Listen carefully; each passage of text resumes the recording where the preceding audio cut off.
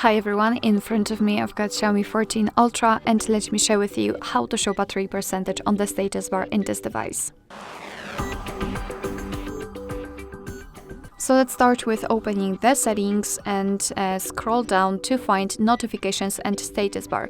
So simply omit the battery for which we will naturally look for. So as I said, notifications and status bar, and then all we have to do is to localize the proper option, which is the battery indicator right here.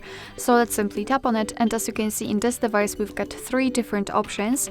So only the graphical option, the battery indicator, we've got the percentage inside the battery icon, so the option I had applied before, or next to the battery icon, so the percentage is much more visible than in the previous option. So of course it's up to you which option you prefer. Just tap on it and it will be applied. Alright, so that will be all. Thank you so much for watching. I hope that this video was helpful, and if it was, please hit the subscribe button and leave the thumbs up.